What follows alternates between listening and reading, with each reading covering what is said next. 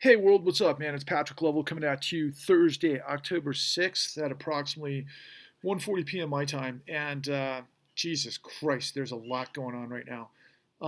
First, I want to say this to the world on TikTok. It's absolutely hilarious that there's literally thousands of comments on this one truth bomb that I did the other day that is literally blowing up on TikTok. I think we've had 64,000 views in less than a few days. And a lot of folks, particularly MAGAs, think I am an FBI agent trying to set up the MAGAs. It really makes me laugh, but at the same time, I'll take it. Yeah, I guess I'm trying to set up the MAGAs.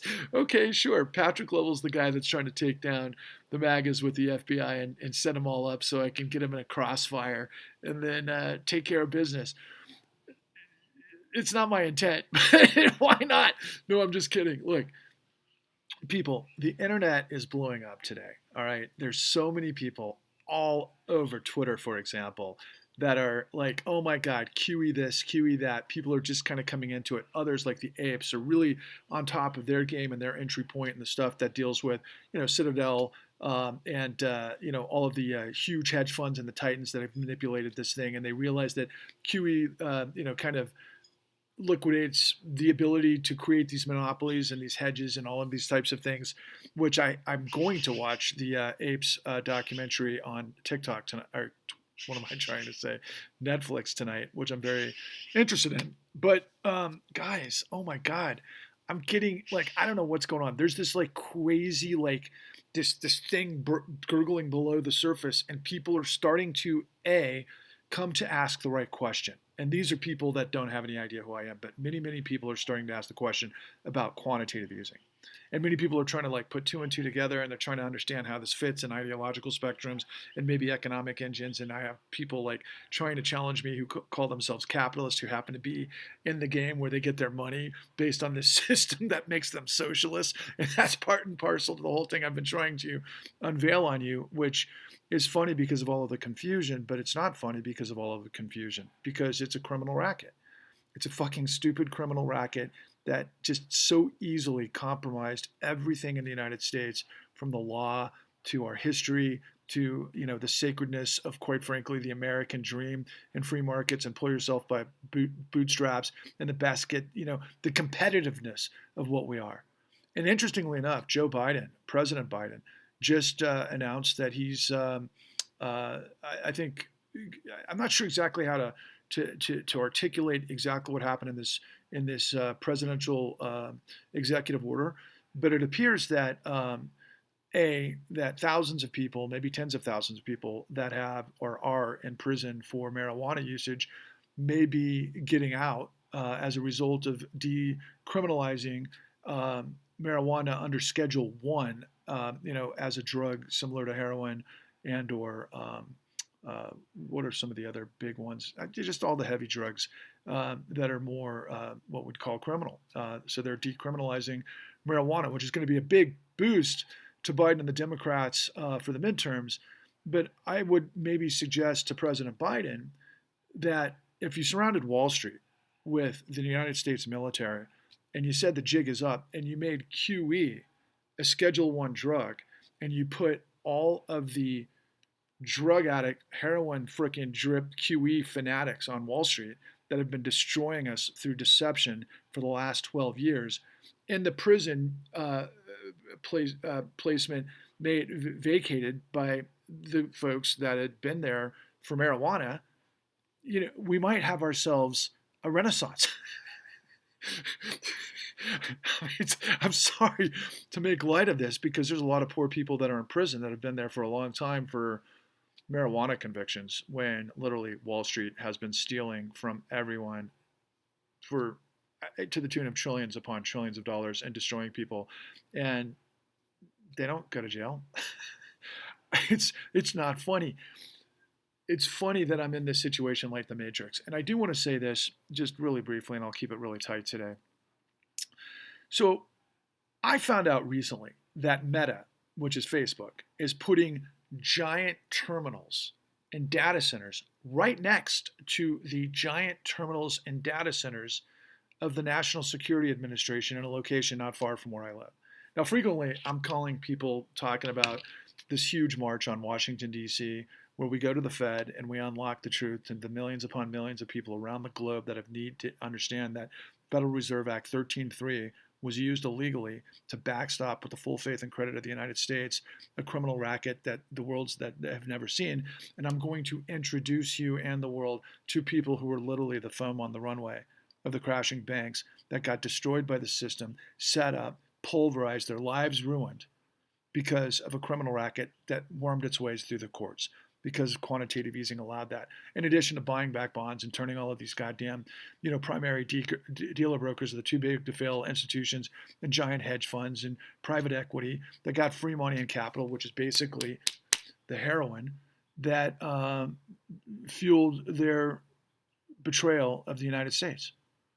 And that the United States government and the Department of Justice and everything else did not hold them to account because they got overwhelmed by it, quite frankly. And professionals were like, yeah, you know what, everybody's doing this, and who am I to stop it?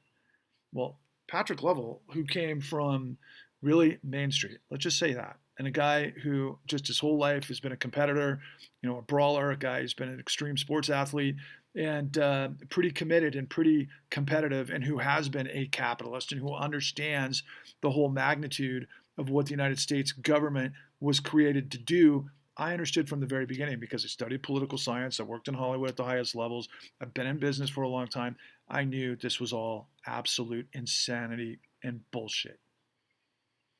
And so now with these huge data servers in this location near to where I live and my phone getting jammed up because I'm the guy who did the Neo and the Matrix deep dive to figure out what the fucking Borg was. And lo and behold, in my backyard, basically, the NSA and Meta, which is Facebook, and Google, and all the tech are putting all their data servers right next to this National Security Institution, which is the largest listening institution in the world. And I wouldn't be surprised, it would be ironic too, and you can't make this up. What if the Fed had to use these data centers to basically forward, the QE to all of these primary daily brokers with this technology? Wouldn't that be ironic? I mean, literally where I live, there's been an influx of finance. I mean, we're talking the biggest of the big, Goldman Sachs. I know BlackRock's here, not far from where I live. We've seen the top hedge fund managers in the world in my backyard. And for a long time, a lot of these people look at me at restaurants and other things and they go, who is this guy? Who is this guy blowing our fucking cover? I'll tell you who I am. I'm Patrick Lovell, and fuck you. And by the way, I'm not an FBI agent. Although I do, this is so funny. I gotta tell you this, dude. This is hilarious. I get these emails, and I don't know if they're fake emails or not, but I get these emails that I'm being recruited by the FBI and Goldman Sachs. They're like, hey, dude, you're not going to fix the problem. Nobody's going to join you. Nobody's going to pull their head out of their ass. You know that the whole thing is just a waste of time because most people will not see the forest for the trees because they're too busy living, because we're so smart that we get people on the rat treadmill and they're not citizens, they're chattel, and they're not going to challenge everything. But since you are, and you went to the ends of the earth and back to go get the information and everything that we have tried to prevent you from telling to the world this entire time, because we are trying to defeat you, because you're the biggest challenge to us, because you've actually got the information and the connections of the people that could flip the switch on this whole thing. If only I could get millions upon millions of people to this frickin' revelation. So what they're doing is they're like, hey man, how's business going for you? We got a better idea. Come work for us. And I actually know the best economist in the world, if you want to know the truth. That happened to him a long time ago. This guy, I don't even want to use his name, but a guy who talks against the system all the time, literally knows everything from the inside because he went and worked for Chase and Exxon and got in the global financial system based on fossil fuel, and he knew this stuff for like 3 decades. So anyway, I'm not in his category, but it's kind of funny that that's happening. So look, a lot's going on today. We're doing everything we can to get as many people to the Federal Reserve on the 1st of November before the election. I'm not trying to mess up the election. I'm trying to get everybody before the election so we can elevate these truths to millions upon millions of people who need to hear them, because we're all in the midst of this again. I really don't know what's going to happen. Fed plunge protection team, Treasury plunge protection team, government's on the same page, but QE. I mean, literally all of the lights are blinking red. This whole Credit Suisse situation may, everybody out there on the blogosphere and YouTube who are in the know, particularly those that are traders, are like, is this a Lehman moment? Is there going to be a massive critical mass? And then at the same time, we've got people who are economists, like, people that are like, hey, don't worry about the debt. It's fine. Literally, we've got ways to deal with this. All you have to do is have productive capacity. And they're not wrong. But at the same time, they're not talking about the fraud of the system that continues to steal and loot based on what it is I show you in The Con, www.thecon.tv. I'm telling you right now, the way this is supposed to work with the federal government, and it kind of did, but they never got it to where it needed to be because the media was involved and the media covered for this and never told the story that I spent 13 years having to go pick up the pieces and millions of dollars to get the bottom to the top and back again to understand the investigation that the Obama administration refused to do. Because Eric Holder and Lanny Brewer, and I mean, that's just the ultimate revolving door with Covington and Burling, with all of their clients that were Wall Street, not to mention the folks at the SEC that came out of places like Sullivan and Cromwell and everybody else that basically just covered, right? They just said, okay, nobody's going to fucking get it up inside the machine. Nobody's going to change the board. We've spent 4 decades putting this together, and we're not going to let Patrick Lovell, a guy who's about liberty and justice for all, a guy who's about the integrity of law, a guy above all else who's about the American dream, going to be able to challenge us because we're the fucking devil in the shadows. But as you can tell, if you've watched me, and I got to say this to all of you MAGAs who are like, I'm an FBI agent that's trying to derail MAGA and get you arrested, at the Federal Reserve. I've only got at least 30 hours on TikTok. I've got another 30 hours on YouTube called the New Untouchables. I've only got The Con at www.thecon.tv. That's another 5 hours. I've only got probably hundreds of hours on YouTube. I've only got, what else do I have? I mean, my posts and everything else.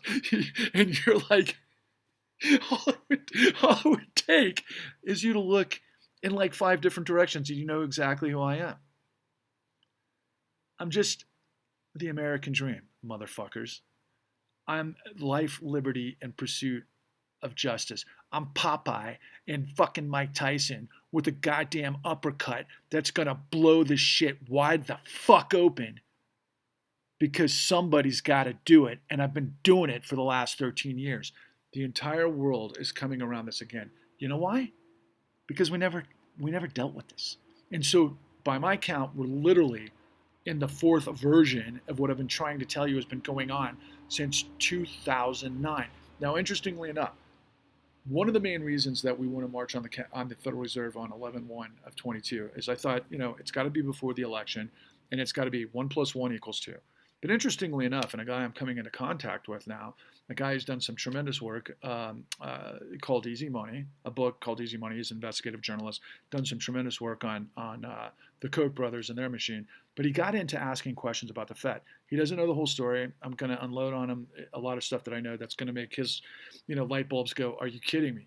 But he does understand quantitative easing. And he has been, well, at least what the Fed has been injecting. He doesn't exactly understand what the bonds are that they've been buying, sight unseen, and what that means, which is the con. But the nature of the moment is that, as it turns out, the anniversary of when all this shit happened was 11/2 of 2010. So I guess this is the 12th year anniversary. It's literally the anniversary to, I think I mentioned this in a truth bomb once before. The moment, this is the moment the American people wake up to the fraud that's had an iron grip on everything, because everybody knows the system is corrupt. Everybody knows that the system is rigged. They don't know who did what and when and how and who got away with what. And when that happens, as I've said before, corruption fuels and births fascism. Here's the last history lesson of the whole thing. Once again, Adolf Hitler was dead in the water because Berlin and Germany were dancing, doing incredible art. They were living their lives in the dynamic spirit. They were, a democracy in 1922 after the World War I, and then of course all the way through. We talk about hyperinflation, which turns out it was deflation, but some of that stuff comes, well, it was first, and then there was all of these loans when they were dancing, and then suddenly the Great Depression derailed everything.